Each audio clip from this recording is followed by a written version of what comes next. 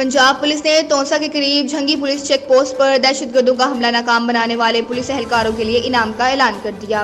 آئی جی پنجاب عثمان انور نے دہشت گرد حملے میں زخمی ہونے والے اہلکاروں کے لیے بھی 1 لاکھ روپے دینے کا اعلان کیا۔ Pakistan telecommunication company limited P T C L کا کہنا ہے کہ فیڈرل بورڈ آف ریونیو کی جانب سے ٹیکس نان فائلرز کے شناختی کارڈوں سے منسلک تقریباً 5 لاکھ سم کنیکشن بلاک کرنے سے متعلق حالیہ ہدایت کا بغور جائزہ لے رہے ہیں۔ جمعیت علماء اسلام JUI خیبر پختونخوا کے ترجمان عبدالجلیل نے کہا ہے کہ علی امین گنڈاپور خود ڈیل کے ذریعے وزیر اعظم بنے ہیں۔ روشنی میں دھمکیاں اور اندھیرے میں پاؤں پڑنے والے لوگ قوم کو مزید بیوقوف نہ بنائیں۔ سندھ حکومت نے کراچی میں اسٹریٹ کرائم روکنے کے لیے شاہین فورس فعال کرنے کا فیصلہ کر لیا۔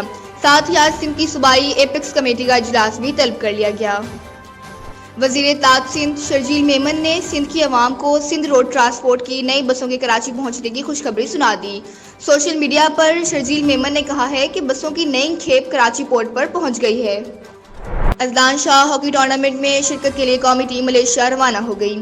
اماد بٹ کی قیادت میں 18 رکنی ٹیم کے ہمراہ طارق بگٹی، رانا مجاہد اور 5 رکنی مینجمنٹ بھی ملیشیا روانہ ہوئی۔ کانکنی کی کینیڈین کمپنی بیرک گولڈ کے CEO نے کہا کہ ہم پاکستان کے ریکارڈنگ تانبا پروجیکٹ پر کام کرنے کے لیے انتہائی سنجیدہ ہیں۔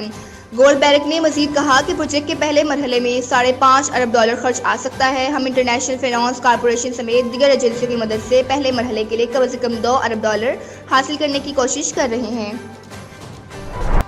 دورہ آئرلینڈ اور انگلینڈ کے لیے قومی کرکٹ ٹیم کا اعلان آج کیا جائے گا۔ محمد رضوان پہلے سے بہت بہتر محسوس کر رہے ہیں، وہ بھی ٹیم کا حصہ ہوں گے۔ لندن میں میئر کے انتخابات کل ہوں گے، جس میں لیبر پارٹی کے صادق خان کا کئی حریفوں سے مقابلہ ہوگا۔ کنزرویٹو پارٹی اور ہارو کونسل کے لیڈر سوزن ہال بھی صادق خان کے مد مقابل ہیں، جو چاہتے ہیں کہ الٹرا لو ایمیشن زونز کا پھیلاؤ ختم کیا جائے۔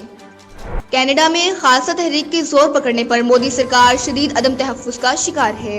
خالصہ ڈے کے حوالے سے سکھوں کی تقریبات کے بعد مودی سرکار کے سکھوں کے خلاف دہشت گردانہ اقدامات پر عالمی سطح پر مذمت جاری ہے۔